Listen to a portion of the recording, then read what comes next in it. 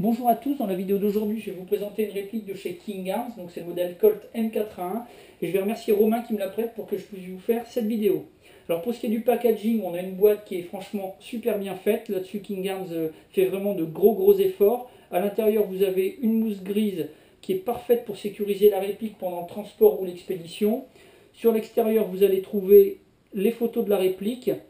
Vous allez avoir également toutes les caractéristiques et puis on va voir apparaître donc le logo de chez Cybergun, tout simplement parce que Cybergun a acheté les droits auprès du fabricant d'armes Colt pour diffuser et vendre des répliques d'armes de chez Colt. Et donc King Arms, quand ils ont voulu mettre sur le marché une réplique qui soit très fidèle au modèle original, ils ont été obligés de reverser des royalties à Cybergun. Et donc pour prouver que tous les accords commerciaux entre les trois parties ont bien été respectés, donc sur la boîte, King Arms a posé donc le logo de chez Cybergun.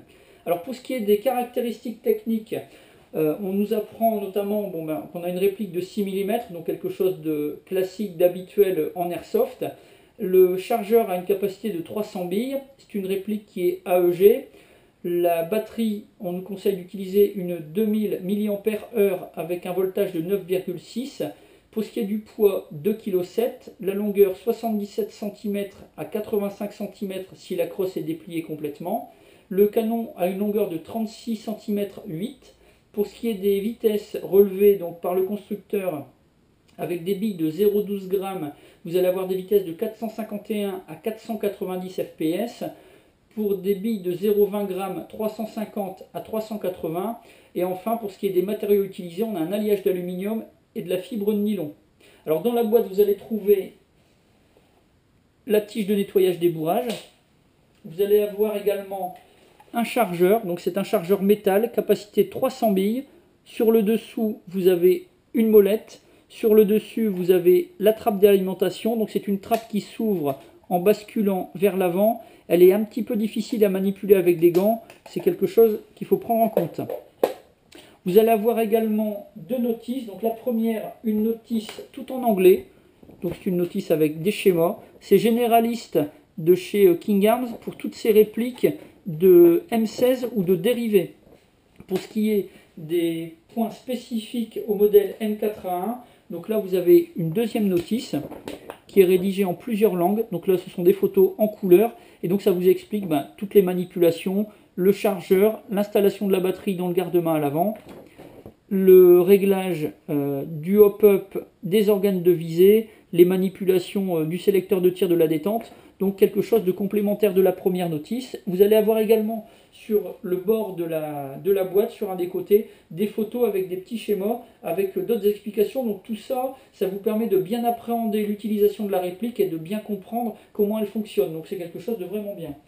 Le petit point négatif dans ce pack, pas de batterie ni de chargeur de batterie. Donc ça, il vous faut procéder à l'achat séparément. Donc là, Romain lui a acheté une batterie, Intellect. C'est une 1600 mAh, largement suffisant pour tenir une bonne partie de la journée. Pour ce qui est du type de batterie, comme vous le voyez, une batterie avec 7 éléments séparés en deux bâtons, reliés avec une connectique, avec une prise tout à fait classique.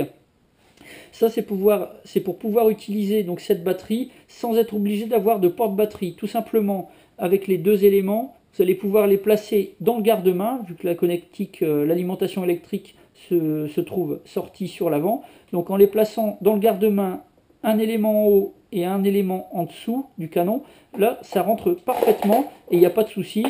Votre réplique, elle garde son look d'origine sans être obligé de rajouter un boîtier à l'extérieur. Pour l'installation de la batterie, c'est vraiment facile. Ici, vous avez le Delta Ring. En le tirant vers l'arrière, vous libérez les deux demi-coques du garde-main. À partir de ce moment-là, vous avez accès à la connectique électrique de la réplique. Vous branchez votre batterie. Vous placez, comme je le disais, un élément au-dessus, un élément en dessous. Vous remettez les deux coques du garde-main. Vous laissez le Delta Ring reprendre sa position initiale. Et là, c'est parfait. La réplique est alimentée avec la batterie. Alors pour ce qui est des parties métal de la réplique, vous avez le canon, vous avez également toute la carcasse et le tube de crosse. Le reste, c'est de la fibre de nylon. La crosse télescopique, la poignée et puis également les deux demi-coques du garde-main. Donc quelque chose qui est, comment dire, très proche du modèle original. Là sur l'esthétique, vous avez quelque chose qui est franchement conforme, qui rentre tout à fait dans le cadre de la licence qui a été payée par Colt, enfin à Colt. Donc quelque chose qui est parfaitement identique à un M4A1 qui sort des usines de ce fabricant d'armes.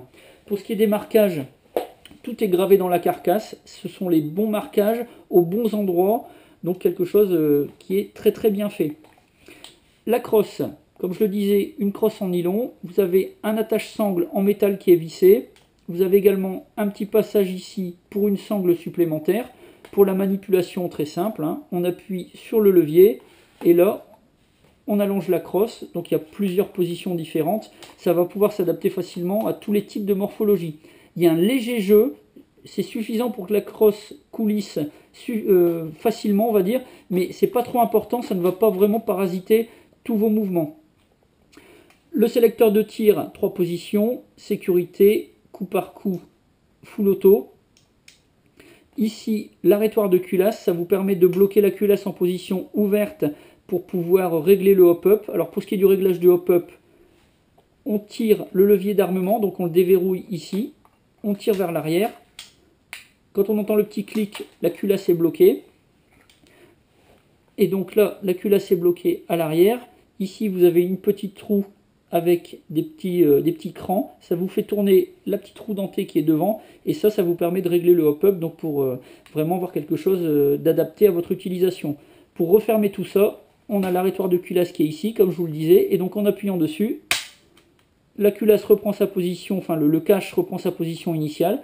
Vous refermez manuellement la portière et c'est réglé. Ici, le bouton d'éjection du chargeur. Donc on a vraiment tous les éléments qui sont placés comme sur un vrai Colt, enfin sur une vraie carabine Colt. Là, c'est vraiment quelque chose de nickel. Ici, vous avez un carry handle avec les 2 molettes pour le réglage des organes de visée. Des molettes assez larges, on peut les utiliser avec des gants, donc c'est impeccable. Un œilleton, donc un œilleton basculant. Donc là, on va pousser la boîte. Donc ici, vous avez l'œilleton, comment dire, avec le gros diamètre. Donc là, pour le tir instinctif. En le basculant à l'arrière, vous avez l'œilleton de précision, avec un diamètre beaucoup plus petit. Sur l'avant, vous avez une petite pointe, donc là qui peut être réglée en hausse uniquement. Il suffit de la dévisser avec un outil spécifique ou une petite pince. Sur la partie avant, vous allez trouver un attache-sangle. Un attache-sangle qui est posé donc installé du côté gauche. Mais si vous voulez le positionner côté droit, ici vous avez 2 petites clavettes. Donc il suffit de les chasser. Ça vous permet de libérer cette pièce-là. Vous pouvez donc placer votre attache-sangle dans l'autre sens. Ici en dessous, la pièce un petit peu bizarre, c'est un quillon de baïonnette. Donc si vous avez une réplique de baïonnette M9, vous allez pouvoir l'installer sur votre réplique de M4. Donc pour avoir quelque chose de plus réaliste. Pas forcément bien utile, mais bon, ça va apporter vraiment une belle touche de réalisme à votre réplique. Le carry handle qui se trouve ici peut être enlevé. Là, vous avez 2 molettes, 2 boutons. Vous pouvez les manipuler à la main. Sinon, utilisez un tournevis à lame plate. Ça vous permet de le démonter. En dessous, vous avez un rail d'interface, donc une taille tout à fait standard. Et donc, vous pourrez installer une lunette, un rehausseur de rail, des platines, des red dots. Enfin, vous pourrez vraiment utiliser ce rail comme vous le voulez. Donc, c'est un petit plus pour cette réplique. Pour ce qui est de la précision, elle est vraiment très très bien. Là-dessus, Romain n'est pas déçu. Pour le tarif, il me semble qu'il l'a payé entre 200 et 300 euros. Là, j'ai pas de précision particulière dessus. Il l'a pris chez Crapahut, donc je pense que vous pourrez trouver facilement dans leur catalogue ou sur leur site plus d'informations sur les tarifs. Une réplique qui est franchement très très bien faite, très proche du modèle original et puis en plus mécaniquement qui est quand même pas dans les hauts de gamme, mais pas loin de là. Elle est vraiment très très bien, même à la base en sortie de boîte. Donc voilà pour cette présentation. Si vous avez des questions, toujours pareil, la boîte de réception, la partie commentaires. Et puis écoutez, je vais faire comme d'habitude, hein. Je vais vous dire à bientôt pour d'autres vidéos.